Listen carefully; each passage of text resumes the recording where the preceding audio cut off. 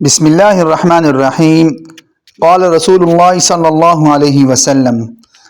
حضرت عبداللہ بن عمر رضی اللہ تعالی عنہما سے روایت ہے کہ رسول اللہ صلی اللہ علیہ وسلم نے فرمایا کہ قیامت کے دن اللہ تبارک و تعالی آسمانوں کو لپیٹیں گے اور فرمائیں گے، میں بادشاہ ہوں، کہاں ہے جابر، کہاں ہیں تکبر کرنے والے؟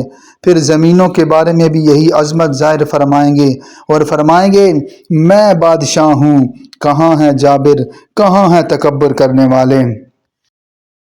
یہ حدیث ہمیں یاد دلاتی ہے کہ دنیا میں انسان چاہے کتنا ہی طاقتور، مالدار یا صاحب اختیار کیوں نہ ہو، قیامت کے دن ہر طاقت ختم ہو جائے گی۔ جن لوگوں نے دنیا میں تکبر کیا، ظلم کیا یا اپنی طاقت پر غرور کیا، اس دن اللہ تعالیٰ کے سامنے بے بس ہوں گے۔ اس حدیث کا سب سے بڑا سبق یہ ہے کہ انسان کو طاقت، دولت اور مقام پر غرور نہیں کرنا چاہیے۔ اصل بادشاہت صرف اللہ تبارک و تعالیٰ کی ہے۔